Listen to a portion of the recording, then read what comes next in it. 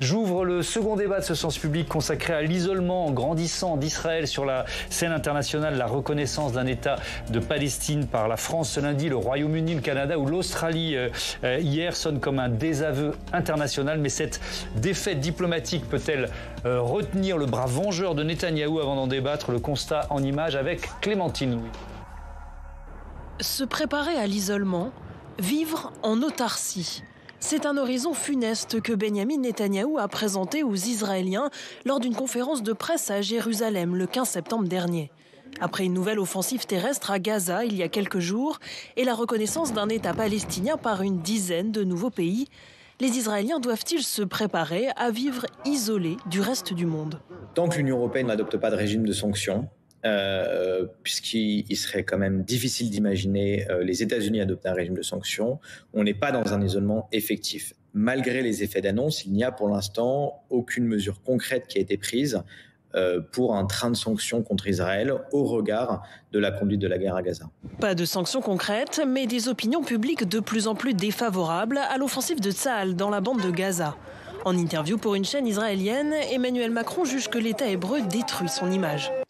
Vous causez tellement de victimes civiles et de pertes humaines que vous détruisez complètement l'image et la crédibilité d'Israël, non seulement dans la région, mais aussi dans l'opinion publique, partout dans le monde. Une image dégradée et une voix qui porte moins. Israël perd aussi en crédibilité dans les instances internationales. Au-delà de la question des opinions publiques, il y a une mise au ban juridique d'Israël. Il y a au sein des organisations internationales et au sein des cours de justice internationale. Et puis ce qu'on peut voir poindre aussi, c'est un raidissement de la position des États arabes, y compris ceux avec qui Israël a pu signer des accords de paix, devant les menaces de déplacement forcé de population, devant la poursuite de la guerre à Gaza. Malgré une pression internationale croissante, un allié demeure inébranlable. Les États-Unis réaffirmaient encore il y a quelques jours leur soutien total au gouvernement israélien. De cet isolement, c'est le thème de notre débat. On va se poser la question d'un échec diplomatique de Benyamin Netanyahou avec Alain Dikoff. Bonsoir, bienvenue. Vous êtes sociologue, directeur de recherche au Centre de recherche internationale de Sciences Po et vous publiez Israël-Palestine, une guerre sans fin. C'est aux éditions d'Uno. Amélie Ferret, bonsoir et bienvenue. Vous êtes responsable du laboratoire de recherche sur la défense à l'IFRI. Galaïr Fenwick, bonsoir et bienvenue. Éditorialiste de politique internationale à LCI, ancien correspondant à Jérusalem. Et Anne-Charlène Bézina, évidemment, est restée à mes côtés, constitutionnaliste, éditorialiste pour Sens Public. La France aujourd'hui, le Royaume-Uni, le Canada, l'Australie, entre autres, la liste des pays qui reconnaissent un État palestinien s'allonge. Alain Dikoff, peut-être on peut commencer par se poser la question de la réaction des Israéliens aujourd'hui. Pas seulement de Benyamin Netanyahou. Est-ce que le peuple israélien, il y a les lignes de fracture au sein de la société israélienne, mais sur cette question de l'isolement, est-ce que Benyamin Netanyahou est remis en cause ou pas? Alors, je répondrai à votre question, mais je dirais d'abord que ce qui est très clair, c'est que l'écrasante majorité de la population est tout à fait hostile à cette logique de reconnaissance des États occidentaux, pour l'essentiel, de la Palestine. Ça, c'est très clair. Et c'est un vrai consensus, on peut dire. Parce que ce ne sont pas seulement les soutiens de Benyamin Netanyahou qui sont sur cette position, mais aussi les centristes et ceux qui restent de la gauche. Parce que, dans le fond, ils ont le sentiment que, quelque part, d'abord, le moment est mal choisi pour eux, parce que la guerre a encore lieu, le Hamas existe encore, même s'il est à l'évidence très diminué, et que donc le moment est totalement inopportun. Et la seconde raison, c'est de dire que de toute façon, c'est un geste quelque part inutile, parce que ça ne permettra pas, y compris pour ceux qui sont favorables, l'avènement de la solution à deux États. En tous les cas, pas dans l'immédiat. Oui. Amélie Ferret, est-ce qu'on peut dire, si on regarde un peu la politique, les offensives de Benyamin Netanyahou depuis quelques semaines, qu'il a anticipé cet isolement croissant pour montrer, notamment aux pays occidentaux, allez-y, reconnaissez l'État de Palestine, ça ne changera rien? En tout cas, c'est le sens de son discours qu'il a fait la semaine dernière où il a expliqué qu'Israël devait se préparer, mais il parlait plus au niveau économique, mais ça vaut aussi au niveau diplomatique à une forme d'autarcie. Il a comparé donc Israël à une super Sparte. Il a dit Athènes et super Sparte, mais on avait l'impression que ça penchait quand même plutôt du côté du modèle de Sparte. Et ce qui est intéressant, c'est qu'il y a quand même une volte-face de Netanyahou, parce que Netanyahou, c'est quelqu'un qui a toujours justement voulu rompre l'isolement diplomatique d'Israël. C'est quelqu'un qui a une carte du Moyen-Orient sur son bureau, et c'est vraiment les accords d'Abraham qui sont donc ces accords de normalisation avec des pays arabes, notamment les Émirats arabes unis, c'était son grand œuvre politique. Et là, le fait que l'Arabie saoudite se détourne d'une possible normalisation, on a vu qu'il y avait eu un accord qui avait été fait avec le Pakistan. Donc c'est pas forcément un pays musulman qui n'est pas allié d'Israël, à la différence de l'Inde. Et en plus, l'Europe qui, là aussi, tourne son dos de plus en plus à Israël, même si, dans les faits, il n'y a pas de rupture de l'accord d'association avec l'Union européenne. Il n'y a pas de sanctions qui ont été prises, comme ça a été rappelé dans votre reportage. Donc on reste quand même sur une rupture assez limitée, mais il y a le boycott, voilà. Donc je pense que Netanyahou, oui, est dans une forme de recalibrage de sa politique, où il est dans cette posture de dire, puisque le monde n'accepte pas mes justifications pour la guerre à Gaza, eh bien, je vais quand même poursuivre et tenir bon. Galia Fenwick, en étant plus ponctuel, l'opération contre Gazaville, contre Gaza City, c'est une réponse par anticipation à ce 22 septembre ou pas? Ça participe d'une fuite en avant. C'est comme ça que la diplomatie française décrit cette décision. C'est aussi Netanyahou qui poursuit son projet de guerre permanente avec plusieurs visées, à mon sens, à l'esprit. D'abord son sort tout personnel, parce que plus les chars avancent et plus la distance qui le sépare des tribunaux qui l'attendent pour le juger, tribunaux israéliens, croît. C'est aussi s'inscrire dans une forme, j'allais dire, de contemporanéité, d'actualité. Il fait partie de ces prédateurs qui ne croient pas au droit, qui croient à la force, qui croient à une loi, la seule, la leur. Ce qui donne cette espèce de loi de la jungle où on impose sa volonté par la force et on fait comprendre aux voisins arabes que s'ils relèvent la tête, on tape, et on tape très fort et il où a on veut, toujours été sur cette ligne, pardon de vous interrompre. Netanyahou, c'est une évolution plus récente, notamment liée au massacre terroriste du 7 octobre. Je pense qu'il y a toujours eu de cela dans son ADN politique.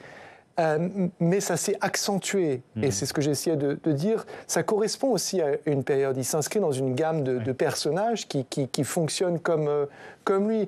Juste sur la question de l'isolement, on pose ce postulat-là, mais je ne suis pas certain qu'il soit véritablement ressenti par ni Netanyahou, ni beaucoup d'Israéliens qui continuent d'être adossés au pays le plus puissant du monde, et pour lesquels, alors l'Europe, commercialement, c'est très important pour Israël, mais bon, tant que leur équipe de foot peut continuer de participer aux compétitions, tant que des artistes peuvent continuer d'être invités, etc., je ne sais pas si ce sentiment est très si prégnant que ça. Alors, ça ouvre deux questions. La question des États-Unis, du soutien américain, on y viendra. Et puis, effectivement, de ce que pourraient être des sanctions d'autres actions, notamment européennes. Je vous propose d'abord, on va rester sur ce thème, et je vous propose une réaction côté palestinien. Le ministre des Affaires étrangères de la Palestine qui espère d'autres pressions venant des pays qui, aujourd'hui, reconnaissent cet État.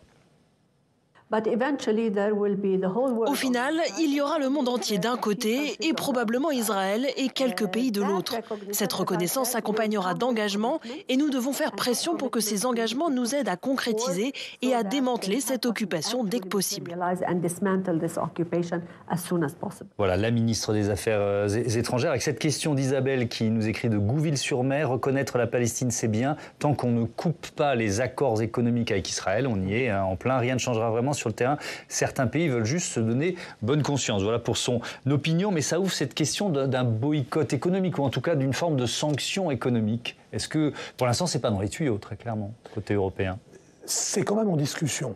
Alors, j'aurais dû poser la question différemment. Il y a des divisions... de toute façon, il y a des divisions, ça c'est certain. Mais c'est quand même quelque chose qui commence à être discuté au sein de la Commission. Parce qu'en fait, concrètement, qu'est-ce qui pourrait être fait? C'est en effet l'accord d'association. C'est-à-dire qu'il pourrait y avoir une réduction, par exemple, des avantages douaniers dont bénéficient les importations qui viennent d'Israël, ce que l'Europe importe d'Israël. Donc ça, ce serait possible. Mais ça exige quand même une majorité qualifiée. Et donc ça peut être obtenu, c'est pas totalement impossible, mais il faudrait quand même que quelques grands pays, comme l'Italie entre autres, l'Allemagne, ce sera certainement impossible, mais au moins que des grands pays comme l'Italie passent de ce côté, ce qui est loin d'être garanti. D'autres mesures sont des mesures plus politiques. À mon avis, elles auraient une signification très forte, mais le problème, c'est qu'elles ont besoin de l'unanimité. C'est-à-dire, par exemple, empêcher des ministres comme Ben Gvir, les ministres d'extrême droite, par exemple Ben Gvir ou Smotrich, de venir en Europe. Ce serait possible, mais là, il faut l'unanimité. Il est certain qu'on ne l'aura pas. Donc, en fait, c'est ça le problème. C'est qu'on a des outils, mais la majorité qualifiée, on y arrivera peut-être, mais l'unanimité, je crois que c'est clairement non.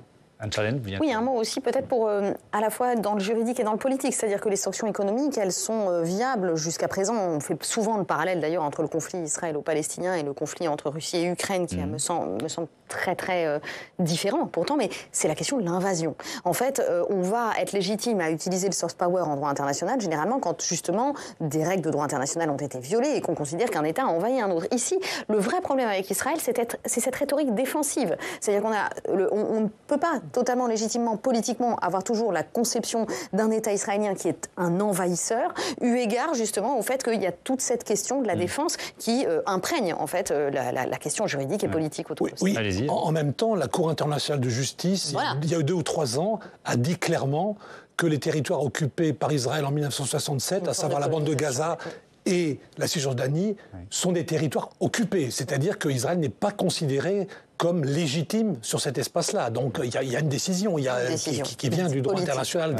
Alors, on parlera du Royaume-Uni dans un instant, parce qu'il y a quand même cette reconnaissance d'État de Palestine par le Royaume-Uni, c'est quand même quelque chose de très important. On y consacrera la chronique de Steve Jourdain dans quelques minutes. Et le Royaume-Uni n'est plus membre de l'Union européenne, mais pour parler de l'UE, Amélie Ferré, il y a quand même l'Allemagne. Le refus de l'Allemagne de rentrer dans cette logique-là. Alors là aussi, il s'explique pour des raisons évidemment historiques.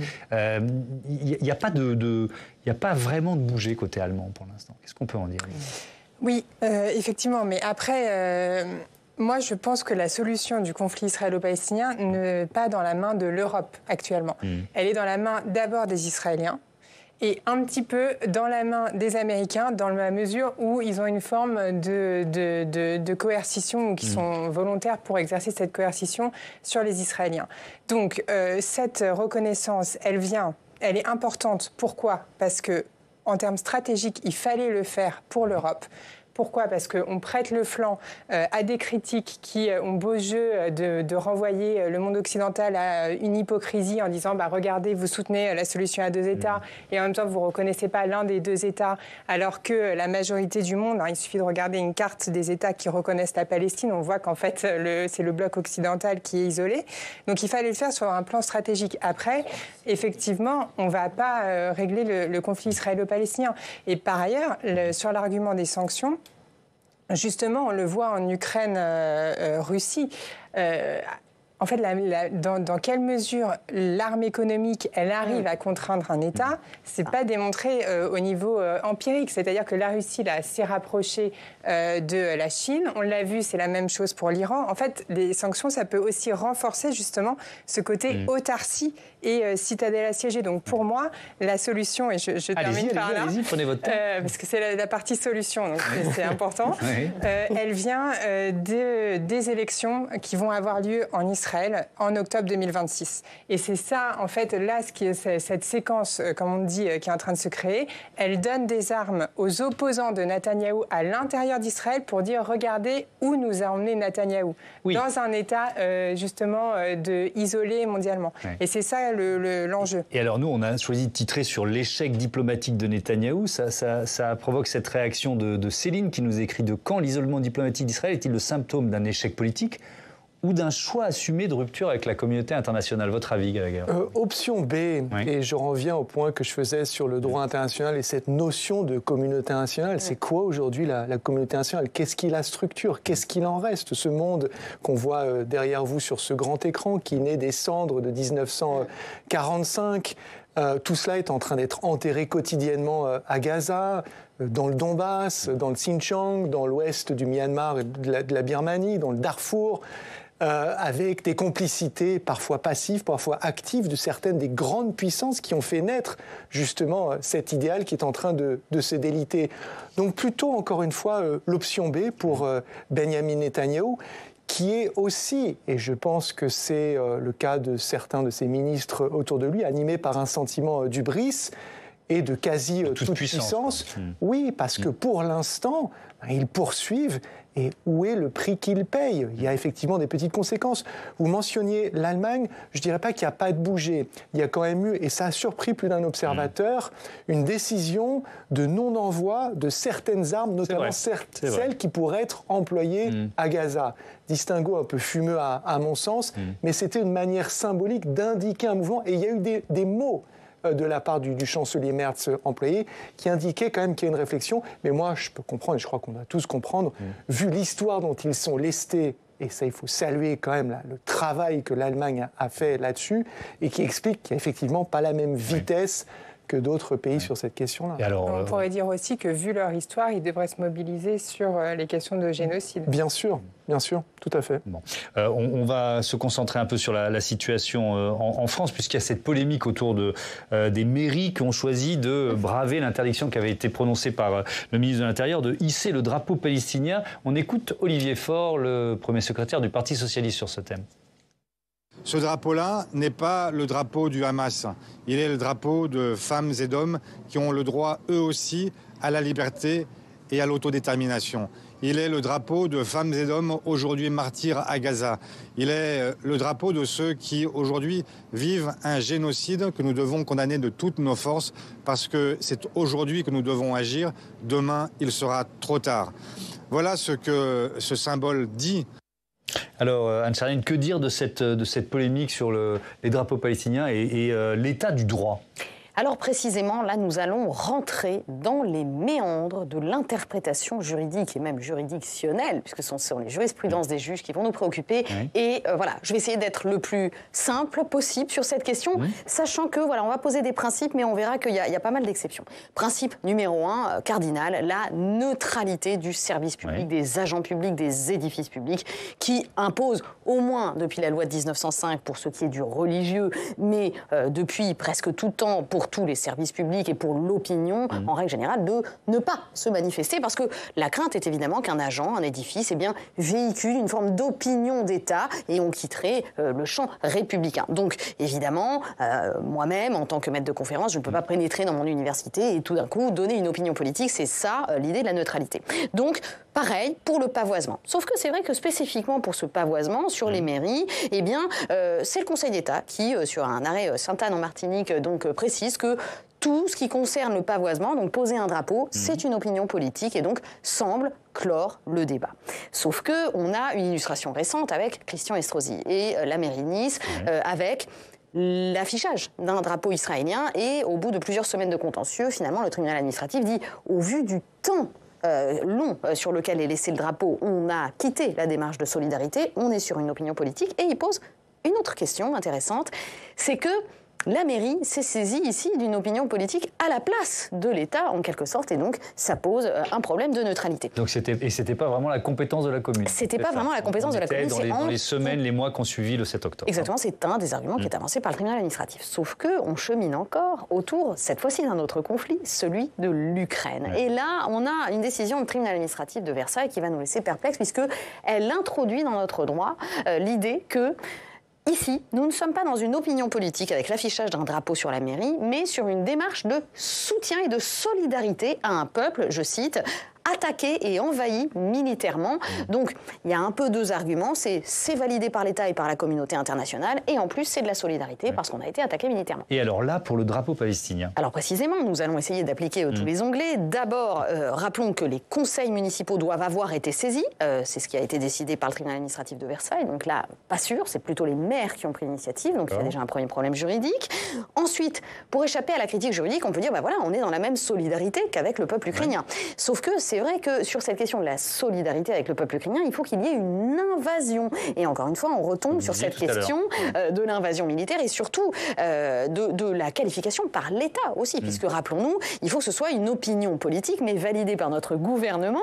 Et là, la circulaire de Bruno Retailleau prend tout son sens. Ça veut dire qu'au niveau national, c'est loin d'être une opinion partagée. Donc les communes prennent ici une forme d'intérêt politique local qui les place un petit peu en dehors du droit. Donc, moi, j'ai envie de vous dire, il serait temps que le Conseil d'État, qui est la plus haute juridiction administrative, vienne dire clairement qu'aucun pavoisement n'est possible, histoire que le principe de neutralité s'applique en plein.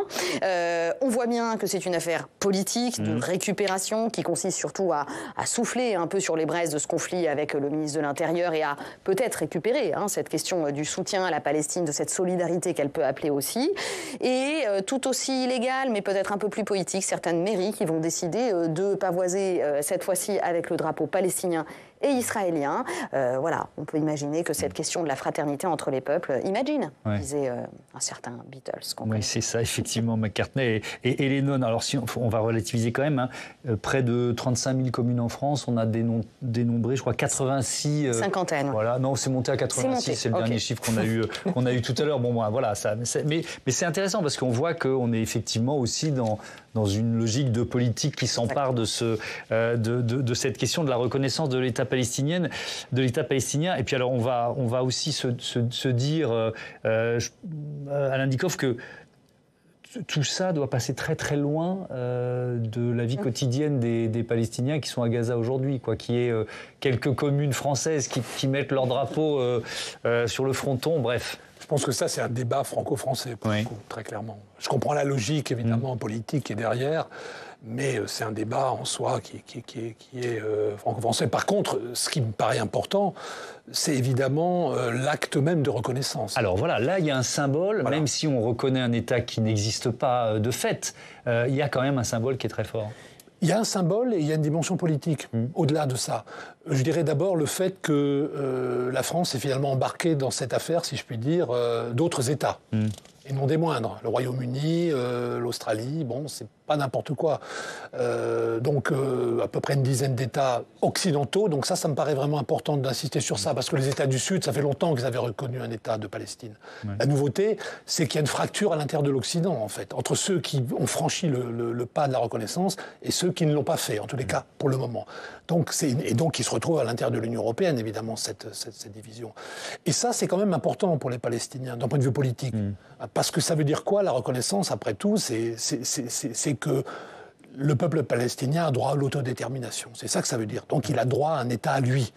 C'est quelque part boucler la boucle qui avait été ouverte en 82 par Mitterrand quand il était à la Knesset, quand il avait dit précisément ça, que viendra le jour où lui aussi, le peuple palestinien, aura droit de réaliser l'autodétermination. Alors évidemment, concrètement, il ne l'a pas réalisé, mais il a déjà, il reçoit en quelque sorte une sorte de sanction de la part de ceux, sanction au sens positif, je veux dire, de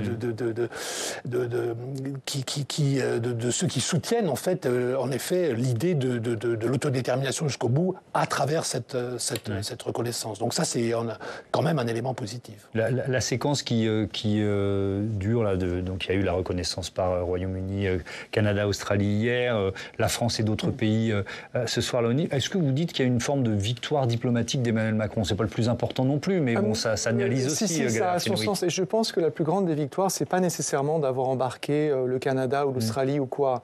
C'est d'avoir embarqué les Arabes, notamment la Ligue arabe, parce qu'il ne faut pas l'oublier, c'est une initiative qui est conjointe avec l'Arabie saoudite, du prince héritier Ben Salman, même s'il ne sera physiquement pas présent. Et quand vous lisez la déclaration de New York, elle est très intéressante, il y a une barre qui est assez haute en termes de langage, notamment par rapport au 7 octobre, par rapport au Hamas, par rapport à la caractérisation des attaques, par rapport à son désarmement, par rapport à son exclusion du projet de gouvernance, par rapport à l'idée de revigorer, alors selon les traductions, etc., il faut être poli par rapport à Mahmoud Abbas, mais cette idée de revitaliser l'autorité palestinienne, notamment d'ici un an, au travers d'élections qui doivent être tenues et qui doivent servir, et ça c'est explicitement écrit, à renouveler le personnel politique de l'autorité palestinienne. Vous êtes en train de nous décrire, c'est très intéressant, via ce processus effectivement franco-saoudien, une pression mise sur les Palestiniens, sur l'autorité palestinienne, mais surtout sur le Hamas pour sortir le Hamas du jeu, c'est ça en quelque sorte ? Ce à quoi on assiste, si vous voulez, et là où il y a une rupture, c'est qu'auparavant, on voulait par le biais de la substance arriver à la coquille. Aujourd'hui, on produit une coquille parce qu'on pose des faits. Regardez, on est en train de se pencher. C'est là qu'est ma... il y a une forme de tristesse aussi dans ce moment, parce que vous parlez de victoire diplomatique pour Emmanuel Macron. On est en train de se pencher sur un corps qui est quasi mourant. L'État de la Palestine, pas que l'État de Palestine. Et on lui dit « je te reconnais ». Et dans cette déclaration de New York, on énumère tout ce qui pourrait permettre, en fait, à cette coquille d'être remplie d'une substance, que serait la souveraineté, la capacité à s'autodéterminer, à se gouverner, juste à vivre sans être tué, sans être épuré, sans être génocidé, donc à être protégé au travers d'une force de stabilisation internationale, ce mandat onusien.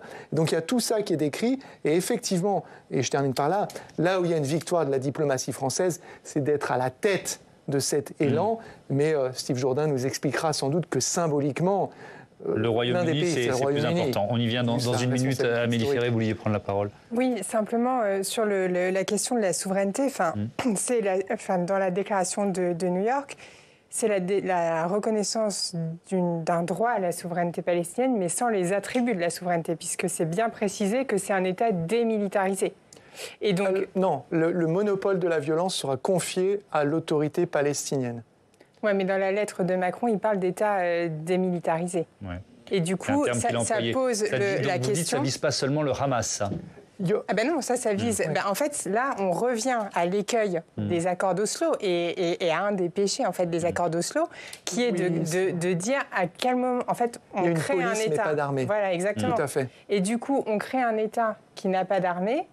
Et du coup, on est dans cette situation où, du coup, il y a eu un pourrissement du processus politique. Et comme il n'y avait pas d'armée palestinienne, il y a eu une explosion en fait, de la colonisation en Cisjordanie. Et ça a laissé de la place à des milices type le Hamas pour justement dire, regardez, ce processus politique, nous, on n'y croit pas, et la vraie résistance, c'est la résistance islamique, et c'est le Hamas. Cela dit, par ailleurs, sur la reconnaissance de l'État de Palestine, c'est très clair dans à la fois les discussions qu'il y a avec, justement, le Quai d'Orsay, et dans les propos qui sont tenus par Emmanuel Macron, donc en fait, dans l'intention du gouvernement, d'isoler complètement le Hamas. C'est-à-dire, c'est l'idée qu'on peut avoir un État palestinien à condition que le Hamas soit complètement sorti du jeu. Et ça, je trouve ça très intéressant. Je veux bien vous entendre là-dessus. On parle du Royaume-Uni vraiment dans une minute, parce que depuis plusieurs jours, on se concentre sur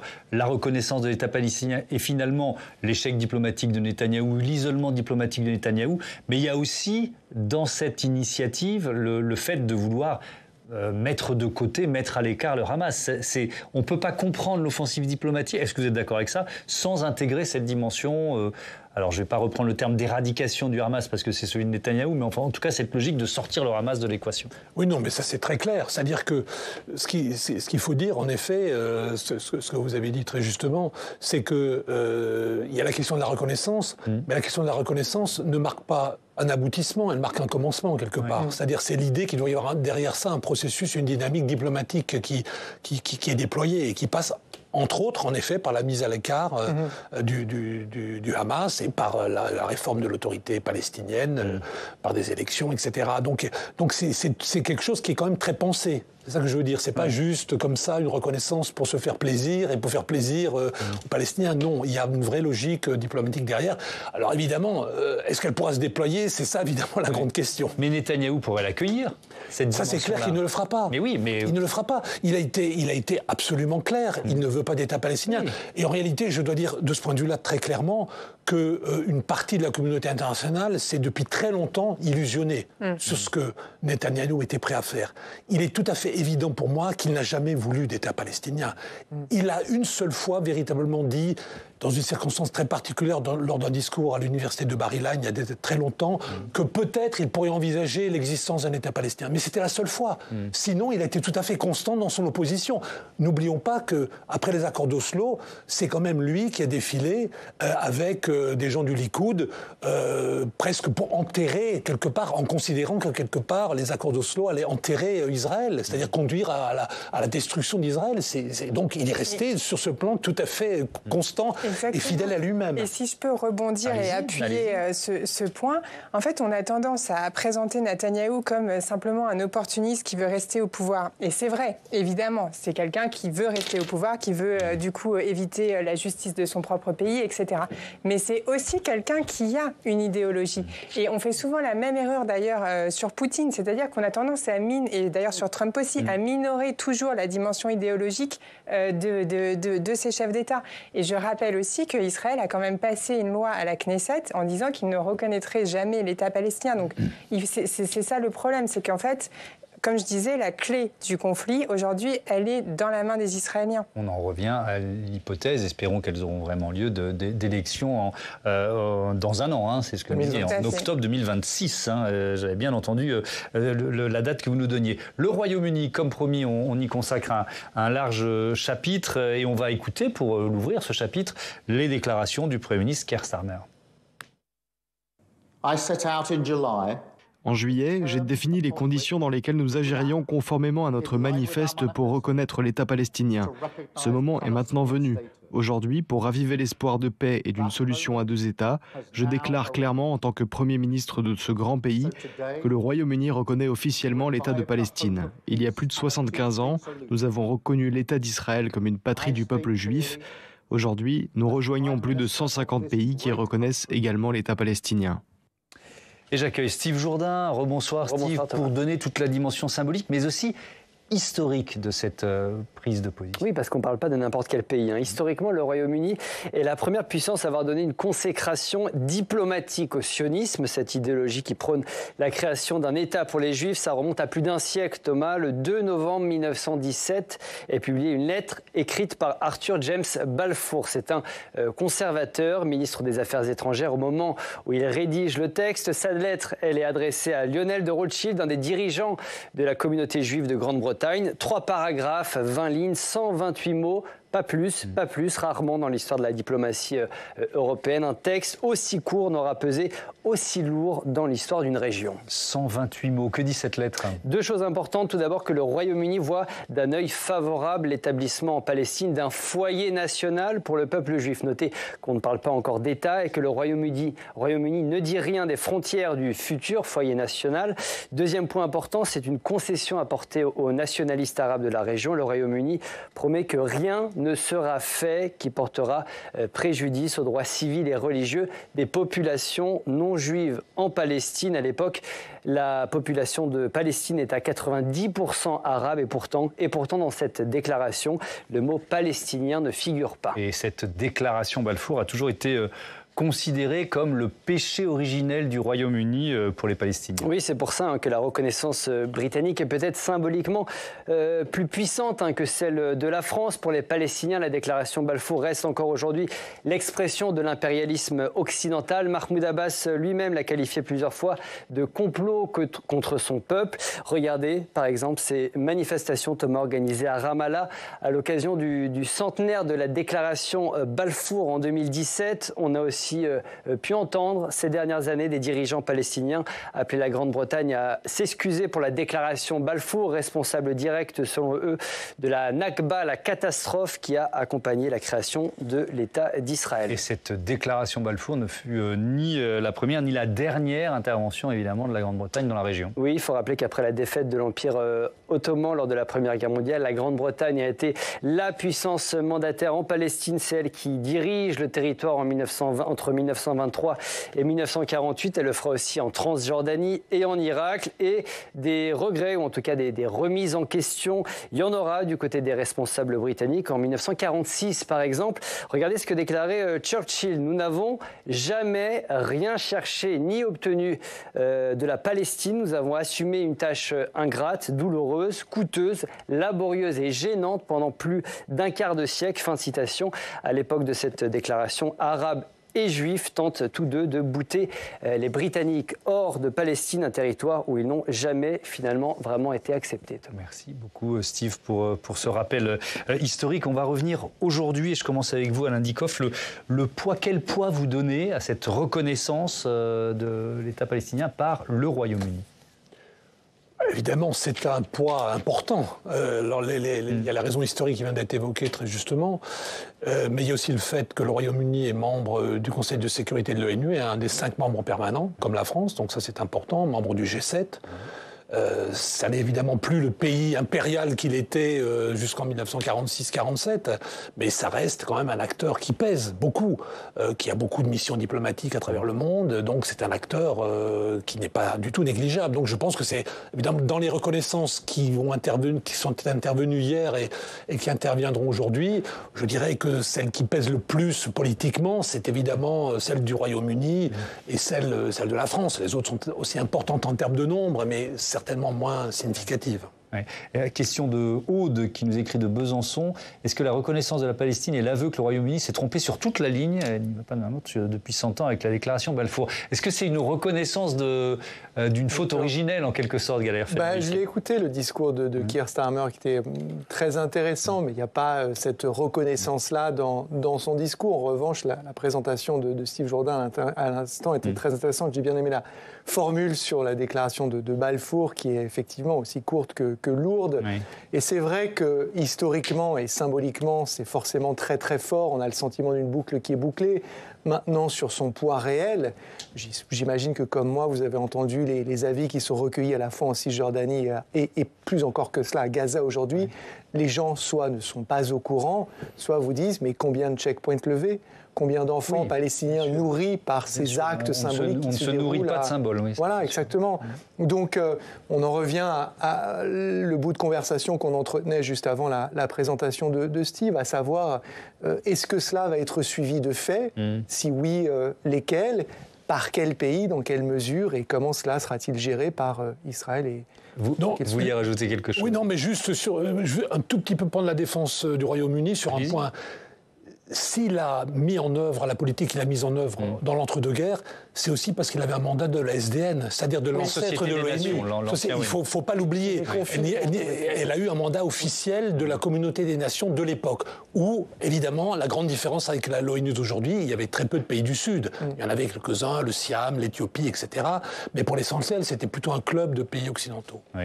Avec, évidemment, dans la prise de parole de Keir Starmer, il y a aussi une dimension, c'est que c'est quand même un allié assez proche des États-Unis. Et d'ailleurs, c'était intéressant parce que Donald Trump était au Royaume-Uni la semaine dernière et il a pointé cet élément de désaccord entre lui et le Premier ministre britannique. On écoute Donald Trump. Nous voulons que les combats cessent et ils vont cesser. Mais il y a beaucoup de choses négatives, vous savez. Le Hamas a déclaré qu'il allait utiliser les otages comme appât, qu'il allait placer les otages en première ligne lors de toute attaque. C'est assez brutal. Nous n'avions pas entendu cela depuis longtemps. Nous devons donc nous en souvenir. Je suis donc en désaccord avec le Premier ministre Keir Starmer sur ce point, l'un de nos rares désaccords en fait. Et alors, je voudrais qu'on termine, il nous reste quelques minutes, sur le soutien américain. On l'a évoqué, mais rapidement, dans ce débat, Amélie Ferret. Et bon, c'est pas la première fois qu'on le dit sur ce plateau, mais à quel point les multiples fronts sur lesquels l'armée israélienne est engagée dépendent des armes américaines aujourd'hui?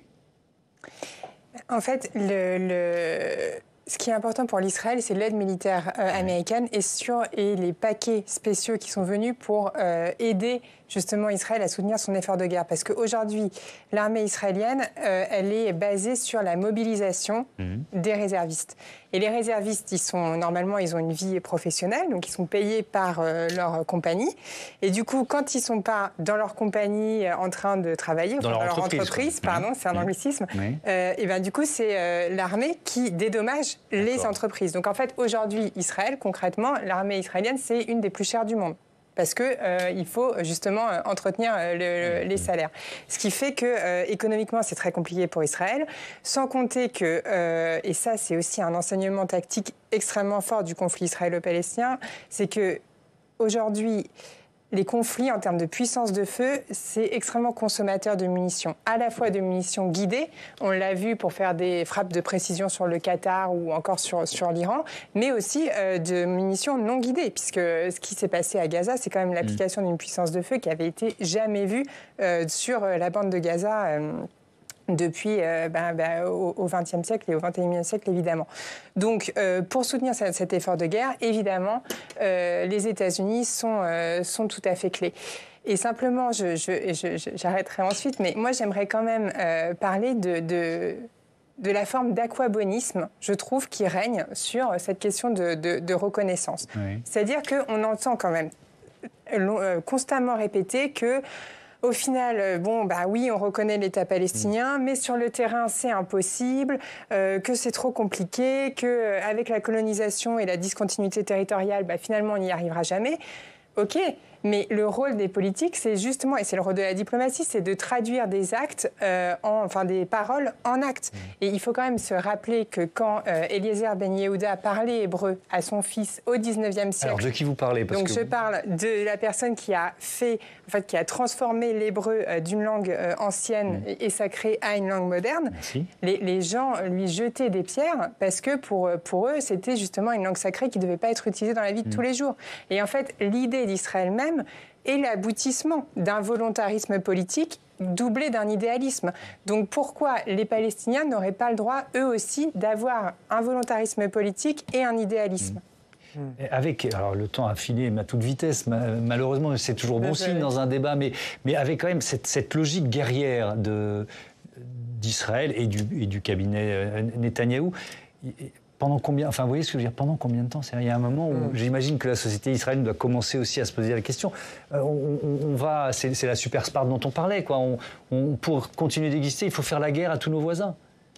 Non, de toute façon, il y a depuis, surtout cette année, depuis le mois de mars, quand la guerre a repris, parce qu'il y avait eu une interruption de quelques 6 semaines à peu près entre janvier et mars, quand la guerre a repris, la contestation à l'intérieur de la société est devenue plus forte. Ouais. Il y a eu plus de mobilisation. Alors il ne faut pas se tromper sur le sens de cette contestation. C'est vraiment une contestation de la guerre, parce que la guerre se fait au détriment des otages. Ça ne permet pas de ramener les otages. Parce que c'est vraiment la question des otages qui est centrale. C'est pas du tout par empathie, si vous voulez, pour les souffrances des populations civiles palestiniennes. Il ne faut pas se tromper. Mais il y a eu une contestation plus forte. Mais en fait, c'est de la même façon que Netanyahou ne tient pas vraiment compte de l'opinion publique internationale, il ne tient pas non plus compte de l'opinion publique interne en réalité. Je repose la question différemment. Est-ce que Israël a d'autres choix que de faire la guerre pour continuer d'exister? Bien sûr. Et je pense que c'est une vraie croisée des chemins. Et votre question, elle est très belle parce que ça fait courir un risque existentiel à Israël. D'abord aux Palestiniens, bien sûr. C'est pour ça que le terme de génocide circule de plus en plus, y compris dans la bouche de certains intellectuels juifs, israéliens, des artistes, etc. Mais c'est en train de mettre une tache noire très sombre sur l'histoire de ce pays et que des générations d'Israéliens vont devoir gérer. Merci beaucoup, merci à tous d'avoir participé à ce débat. Je rappelle le titre de votre livre, Alain Dikoff, Israël-Palestine, une guerre sans fin, aux éditions Duno. On vous suit sur LCI, évidemment, Galaguerre. Je vous dis à très bientôt sur Public Sénat. Vous pouvez retrouver nos débats. Merci Anne-Charlène sur publicsénat.fr. Nous réécouter en podcast et notez que demain, ce sera Jacques Attali, économiste, écrivain, ancien conseiller spécial de François Mitterrand. La liste de toutes ces casquettes est trop longue pour que je la fasse ici. En tout cas, et c'est un très bon choix, ce sera l'invité de la matinale demain. Salut.